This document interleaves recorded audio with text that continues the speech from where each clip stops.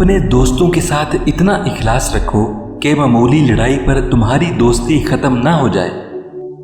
بیوقوف کو کبھی نصیحت نہ کرو کیونکہ بیوقوف کبھی کسی کی نصیحت نہیں سنتا۔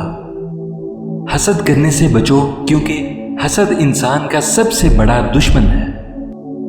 جس بات کے نہ جاننے سے شرمندگی ہو اس کو لازماً جاننا چاہیے۔ پہلے اپنے عیب دور کرو پھر دوسروں کے عیوب پر نکتہ چینی کرو۔ انصاف سے کام لوگے تو دوست زیادہ اور دشمن کم بنیں گے۔ بغیر ضرورت مت بولو اور نیک صحبت رکھو۔ عالم سے 1 گھنٹہ کی گفتگو 10 برس کے مطالعے سے زیادہ مفید ہوتی ہے۔ حکمت ایک ایسا درخت ہے جو دل میں اگتا ہے اور زبان سے پھل دیتا ہے۔ دوسروں کے واقعات سے نصیحت حاصل کرو ورنہ کوئی دوسرا تمہارے واقعات سے نصیحت حاصل کرے گا۔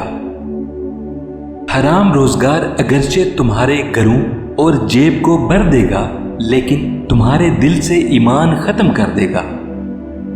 اس وقت تک کشتی کے ڈوب جانے کی فکر نہ کرو جب تک وہ چل رہی ہو۔ زندگی بغیر محنت کے مصیبت ہے اور بغیر عقل کے حیوانیت ہے۔ جھوٹ بولنے میں یہ نقصان ہے کہ جھوٹے کی سچی بات کا اعتبار بھی جاتا رہتا ہے۔ عورت کی بات پر کبھی عمل نہ کرو کیونکہ یہ تمہیں مصیبت میں مبتلا کر دے گی۔